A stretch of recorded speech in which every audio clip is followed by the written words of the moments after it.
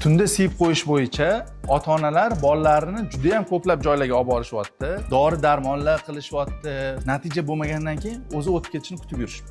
Espertomet klinikasiga kelgan bemorlarni xudo xolasa 90% chiroyli natijaga erishyapti. Aniq qilib tushuntirib bersak, nima muolajalar qilamiz ularga?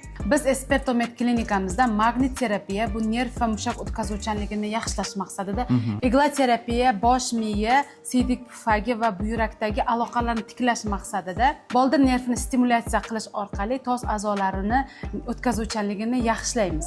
Agarda ota-ona bu siyib qo'yish o'zi o'tib ketadi, qachondir yaxshi bo'lib ketadi deb kutayotgan bo'lsa, bilingki, bizga 7-8-sinf bolalar kelishadi. Hattoki rekordimiz 22 yosh bolalar kelishadi bizga. Bu esa nima qiladi? Bu bolaga ishonchsizlik, sinfdoshlardan ortda qolish, ko'p atrof muhitga moslasha olmasliklariga olib keladi. O'shaning uchun kutib yurmasdan, agar bolangizni tunda siyib qo'yish bo'yicha muammo bo'lsa, Espertomet klinikasiga murojaat qiling.